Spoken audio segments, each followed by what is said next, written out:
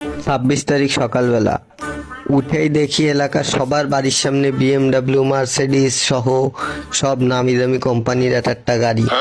বাংলাদেশে কোনো শোরুমে গাড়ি পাওয়া যাচ্ছে না।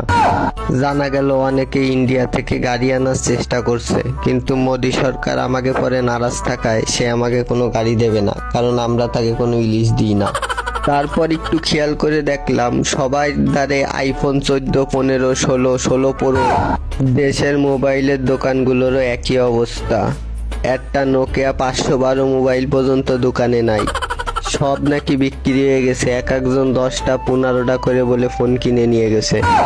এক কাপ চা খাবো বলে যেই 2-4টা ভাই বিরাদারে ফোন করলাম, শোনা গেল তারা তৎক্ষণাৎ ভিসা পাসপোর্ট করে কেউ আমেরিকা, কেউ দুবাই, কেউ আফগানিস্তান, কেউ শ্রীলঙ্কা, কেউ কানাডা গার্লফ্রেন্ড নিয়ে ট্যুরে গেছে।